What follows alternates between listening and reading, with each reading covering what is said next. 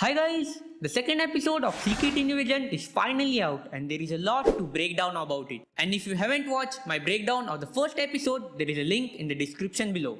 Did you know there were a million Skrulls walking on Earth? The connection between Iron Man 3 and Skrulls. And Super Skrulls are finally confirmed. Yes, I was goddamn right about it. Hi guys, I'm Aditya Suryavanshi and you're watching the 4th episode of Pop Culture Hub. The episode starts with a flashback of 1997 with a young Nick Fury making a promise to Skrulls. Hence the title of episode, The Promises. He asks them to work for him as spies and uses their tech to build an aerospace defense system in space. In exchange, he promises them their home.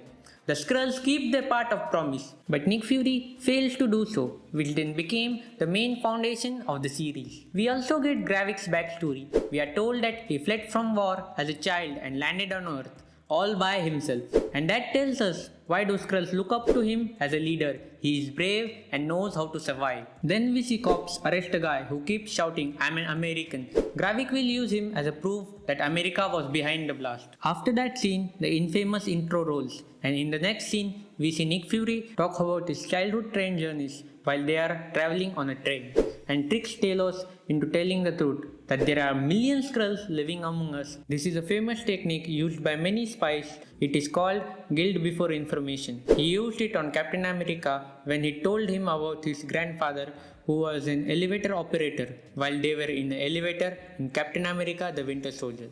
Upon hearing that news, Fury loses his mind and calls Talos a reptilian ass, again a callback to their skin-changing nature. In the next scene, we see Maria Hill's body taken back to the America.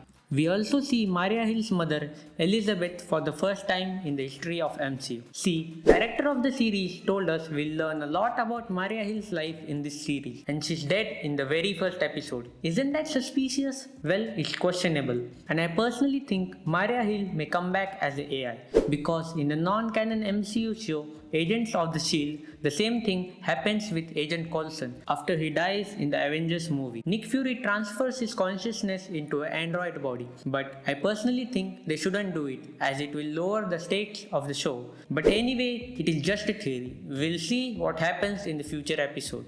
Then in the next scene, we get to see the Secret Council of Skrulls, who elects Gravik as their Skrull general. There are 5 of them and all of them are present at very high places, which tells us how deep the Skrulls have infiltrated our system.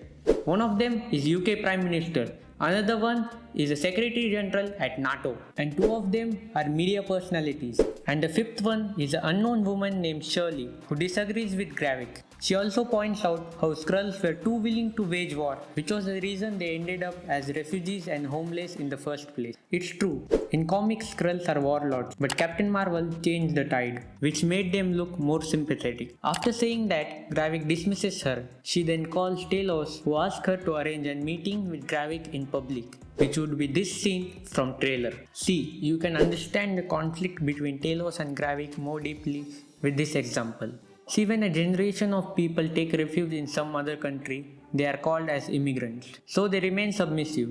But the children who are born in the same country consider themselves as citizens of the country and not immigrants, and hence want equal rights. In this case, the equal rights are to roam the planet in their own skin. And Gravik very well knows humans won't allow that without a war. And that is the reason he is preparing for a war. In the meeting, they also discuss about Avengers.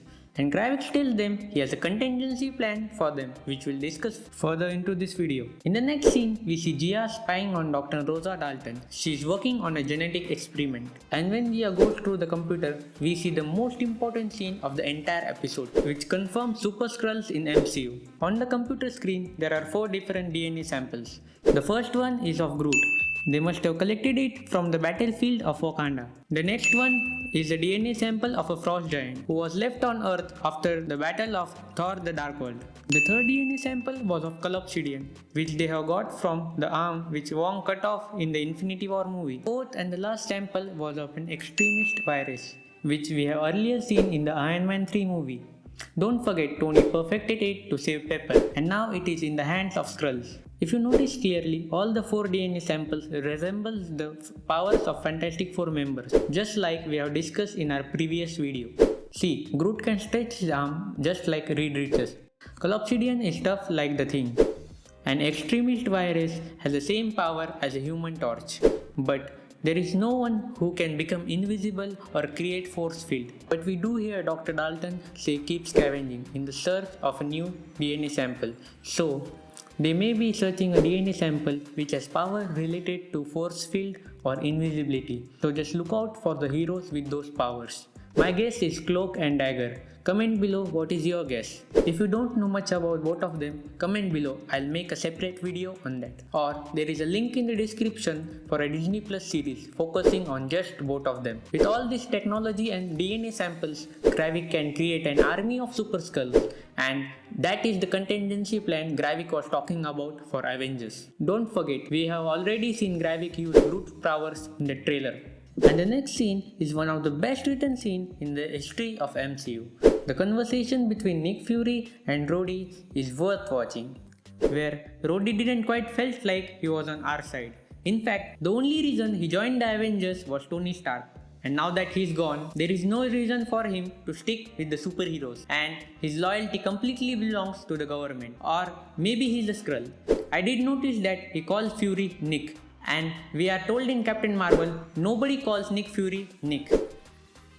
Everybody calls me Fury. Not Nicholas, not Joseph, not Nick. Just Fury. What did your mom call you? Fury? What do you call her? Fury. What about your kids? If I have them, they'll call me Fury. In the same scene, he also fires Nick Fury, and he's no longer an agent. That means he's on his own, and soon will be a target in government's eye. So it will be very interesting to see what really happens to Nick Fury further. In this same episode, we see Sonya again. And notice how calm she is. She is like 3 steps ahead of everybody. Just like Nick Fury was before the blitz. She is able to do anything to achieve her purpose. Like in this scene, she sends all the men in the room out so that they can buy her some time after Gravik attacks. And that is some hardcore shit. But she did manage to find out about the Super Skrull project before Nick Fury could. In this scene, Gravik kills the guy who gave up the information, which shows he is tough enough to make hard choices. And that is a bad news for Gaia. And we can definitely see it on her face. This episode also ends with a big reveal. Nick Fury is married, and not even that, the more shocking thing is he's married to a Skrull. Many fellow YouTubers are guessing that she's the same Skrull shown in the flashback sequence which introduces Gravik to Nick Fury. But we are still not sure whether he knows the truth about her identity. He did mention his wife in Spider-Man No Way Home. My wife kicked me out. Didn't know you were married. A lot of things you don't know about me. And if you're still watching this video, thank you. I really love you guys, and here are some observations I made about Skrulls in the entire episode. Number 1. Notice how Gravik is the only Skrull who is carrying a gun, which shows he doesn't trust anyone but himself. Number 2.